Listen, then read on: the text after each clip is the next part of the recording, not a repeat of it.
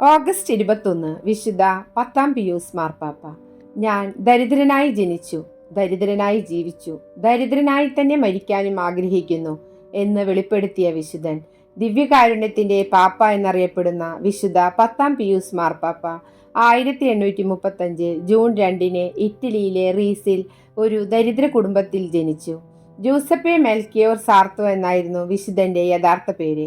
ജീവിതത്തിന്റെ രണ്ടറ്റം കൂട്ടിമുട്ടിക്കാൻ കഷ്ടപ്പെട്ടിരുന്ന ആ മാതാപിതാക്കൾ ആശ്രയവും സങ്കേതവുമായി മക്കൾക്ക് ചൂണ്ടിക്കാണിച്ചു കൊടുത്ത ദിവ്യകാരുണ്യ ഈശോയെ ചെറുപ്പത്തിലെ മുറുകെ പിടിച്ച മിടുക്കനായിരുന്നു വിശുദ്ധൻ. വളരെ കൊച്ചു ചെറുപ്പത്തിലെ ത്യാഗപ്രവൃത്തികളിൽ തൽപരനായിരുന്നു അദ്ദേഹം. ഏറ്റവും മനോഹരമായ പ്രാർത്ഥനയാണ് ജപമാല. കുടുംബങ്ങളിൽ ജപമാല ചൊല്ലുന്നതോടെ സാത്താൻ അവിടെ നിന്ന് പലായനം ചെയ്യുമെന്ന് അദ്ദേഹം പഠിപ്പിച്ചു. ദൈവത്തിൽ നിന്ന് അകന്നു നിന്നുകൊണ്ട് ഹൃദയ സമാധാനം നേടുക എന്നത് മണ്ടത്തരമാണെന്ന് അദ്ദേഹം വ്യക്തമാക്കി. 1858 സെപ്റ്റംബർ 18 വിശുദ്ധൻ വൈദികനായി. തിരക്കുകൾക്കിടയിലും വിശുദ്ധ തോമസ് അക്വിനാസിന്റെ ദർശനങ്ങളിൽ ഡോക്ടറേറ്റ് നേടി.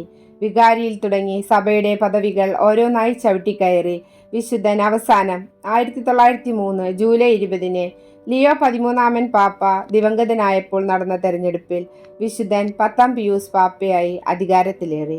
തന്റെ ജീവിതാവസാന ഘട്ടം വരെ പാപ്പ വിശ്രമമില്ലാതെ അധ്വാനിച്ചു. മാലാഖമാർക്ക് അസൂയപ്പെടാനാകുമെങ്കിൽ ദിവ്യകാരുണ്യത്തെ പ്രതിയാകും അവർ നമ്മോട് അസൂയപ്പെടുക എന്ന് വിശുദ്ധൻ പഠിപ്പിച്ചു. 1914 ഭീകരമായ യുദ്ധം പൊട്ടിപ്പുറപ്പെട്ടപ്പോൾ പാപ്പ ശയ്യാവലംബിയായി.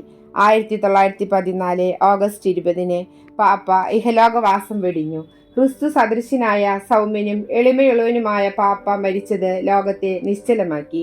ഒരിക്കൽ പാപ്പ പാവപ്പെട്ടവരുടെയും രോഗികളുടെയും ഇടയിൽ സന്ദർശനം നടത്തുന്നതിനിടെ സുഖമില്ലാത്ത ഒരു മനുഷ്യൻ ചെറ്റപ്പുരയിൽ വെറും നിലത്ത് കിടക്കുന്നത് പാപ്പ കാണാനിടയായി.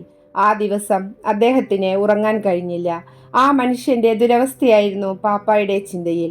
അവസാനം സ്വസ്ഥതയില്ലാതെ എണീറ്റ വിശുദ്ധൻ തന്റെ മെത്ത ചുരുട്ടിയെടുത്ത് തോളിൽ വെച്ച് നിശാവസ്ത്രത്തിൽ വെനീസിന്റെ തെരുവിലൂടെ നടപ്പു തുടങ്ങി. രാത്രി ആയതുകൊണ്ട് ആരും തന്നെ തിരിച്ചറിയില്ലെന്ന് ആ പുണ്യാത്മാവ് ചിന്തിച്ചു.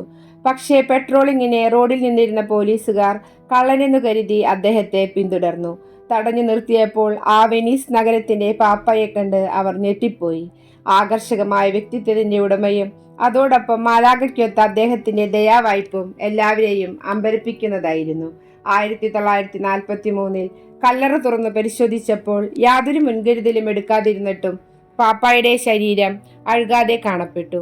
1954 മെയ് 29 12ാം പിയൂസ് പാപ്പ റോമിലെ ബസിലിക്കയിലെ പരമ്പരാഗത മണിയടിനാദങ്ങൾക്കിടയിൽ കൂടി പത്താം പിയൂസ് പാപ്പായെ വിശുദ്ധനെന്ന് നാമകരണം ചെയ്തു.